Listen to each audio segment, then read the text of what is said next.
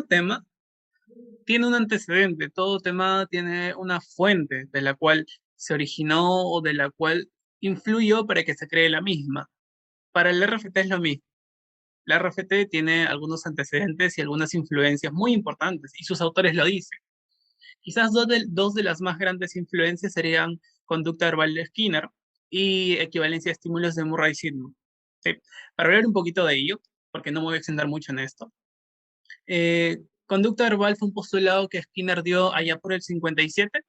Él elaboró este libro que ven ahí, el libro rojito, que se llama Conducta Verbal, en el cual él desarrolló la posibilidad de analizar los fenómenos del lenguaje como conducta, el lenguaje como conducta y cómo podría explicarse esto en términos operantes funcionales.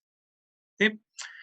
Eh, Lamentablemente, él tuvo muchas críticas por este libro, ¿sí? Tuvo muchas críticas, y quizás la crítica más conocida es la crítica de Chomsky, ¿no? Chomsky, un filósofo matemático lingüista. 2 años después de este libro, Noam Chomsky escribió un artículo que se llama Revisión a conducta verbal de Skinner, donde le da con palo.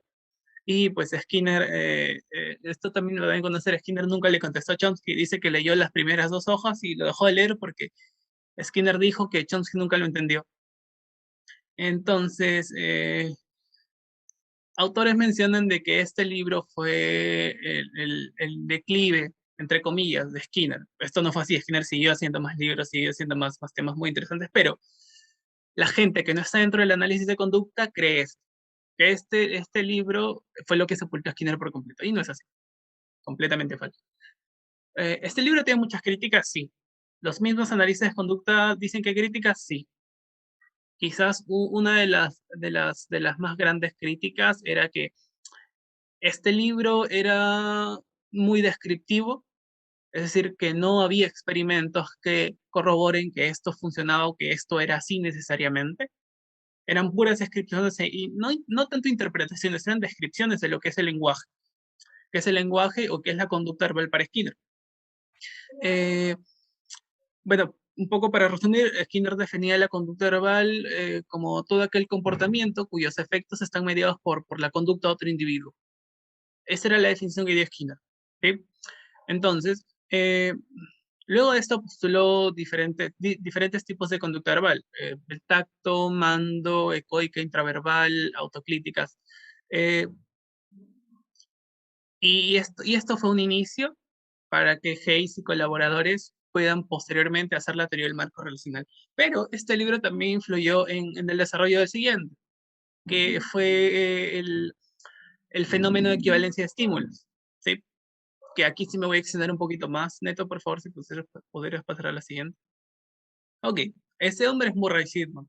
Quizás es uno de los analistas de conducta más importantes después de Skinner. La gente dice que es el segundo, o sea, Skinner está acá, Sidman está aquí, por el descubrimiento que hizo. ¿Sí? Sidman allá por el 71, cuando él trabajaba en un hospital, en una clínica, un hospital clínica, con pacientes con problemas en el desarrollo y todo ello, eh, él hizo un experimento interesante, él descubrió algo, ¿sí? Es una línea experimental que él llamó la equivalencia de estímulos. ¿Sí? Es que lo que él quería era que eh, una persona que no tenía la capacidad de lenguaje aprenda cierto tipo de cosas. Por ejemplo, primero le enseñó cuáles eran las imágenes, luego le enseñó las palabras habladas, y pues esta persona, y luego posteriormente las palabras escritas. Entonces le enseñó esto, le enseñó que esta imagen es esto, posteriormente le dijo que esta imagen, que esta palabra escrita se dice así. Lo que descubrió fue que sin enseñarle la imagen con la palabra hablada, la persona solo la relacionaba, o sea, derivaba las relaciones, sin necesidad que haya sido entrenado. Entonces, este fenómeno fue lo que se conoció como la equivalencia de estímulos. Es decir, cómo emergen nuevas relaciones de control discriminativo que pueden ser categorizadas siguiendo la lógica matemática de los conjuntos. ¿Sí? Como les dije en un inicio, Silman demostró que igualar palabras habladas a imágenes y palabras escritas era suficiente para que emerja la lectura y la comprensión verbal. sea, tú enseñándole a alguien ese tipo de relaciones era suficiente para que las personas aprendan a leer, ¿sí? De manera comprensiva y de manera oral. Y esto fue así. Esto te ahorraba muchísimo tiempo, ¿sí? ¿Por qué? Porque tú podrías entrenar esto es igual a esto, y esto es igual a esto, esto es igual a esto, y esto te iba, ¿cuánto te iba a demorar? Si tú le digas a un niño, esto es igual a esto, y esto se disminuyó la cantidad de aprendizaje. ¿Por qué? Porque tú ya podías aprender nuevas cosas sin necesidad que te digan todo específicamente, porque uno deriva relaciones. Entonces, esto es el fenómeno que se conoce como equivalencia de estímulos, que es ahí donde influye el RFT. Sidman creía que este, es, esto de la equivalencia de estímulos, ¿sí? Era un primitivo, es decir, uno no nace con esto, uno no nace derivando funciones, ¿no? Uno lo encuentra en el contexto hace que uno empiece a derivar funciones, pero Hayes, que fue el creador del RFT, dijo que no es así, tampoco, la equivalencia no es. No es un primitivo, sino es una conducta operante más. Más adelante vamos a hablar de eso. Entonces, hubo muchas disputas entre los postulados de Sidman y los postulados de Hayes posteriormente, ¿sí? Porque Sidman, otra cosa muy interesante, que los que siguen equivalencia de estímulos mencionan que la equivalencia de estímulos es el proceso, y esto no es así. La equivalencia de estímulos o la derivación de estímulos es el resultado. Es decir, que tú derives bidireccionalmente, es decir, que tú le digas a alguien, esto es un audífono, y que lo relaciones con la palabra audífono, las letras aude y todo ello. Eso no es la explicación en sí misma. Eso merece ser explicado. ¿Cómo alguien relaciona algo? ¿Cómo alguien que tú le dices, esto es una manzana, deriva de que la manzana es la imagen manzana, si tú nunca le has enseñado eso? Entonces, lo que hace el RFT empieza con esto. El RFT comienza con querer explicar por qué una persona deriva relaciones de estímulo.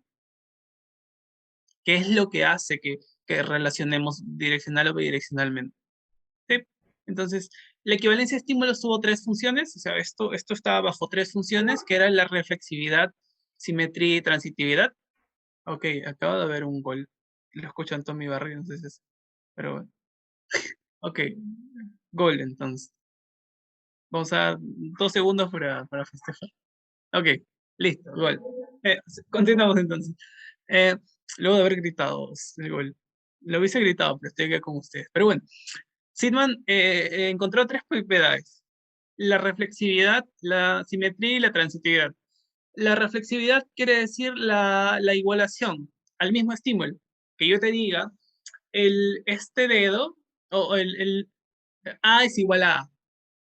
Eso es reflexividad, ¿sí? Es la relación consigo mismo. La simetría es la bidireccionalidad de un estímulo con otro. Que yo te diga A es igual a B, si yo te enseño a ti que A es igual a B, tú derivas que B es igual a A. Eso es la simetría. La transitividad tiene que ver ya con la vinculación de dos relaciones simétricas. Es decir, tú tienes A es igual a B, ¿sí? Entonces, tú tienes A es igual a B y B es igual a C. Tú relacionas entonces que A es igual a C por las relaciones previas, por las relaciones simétricas previas. Entonces, esto es un poco las propiedades que propuso Sidman.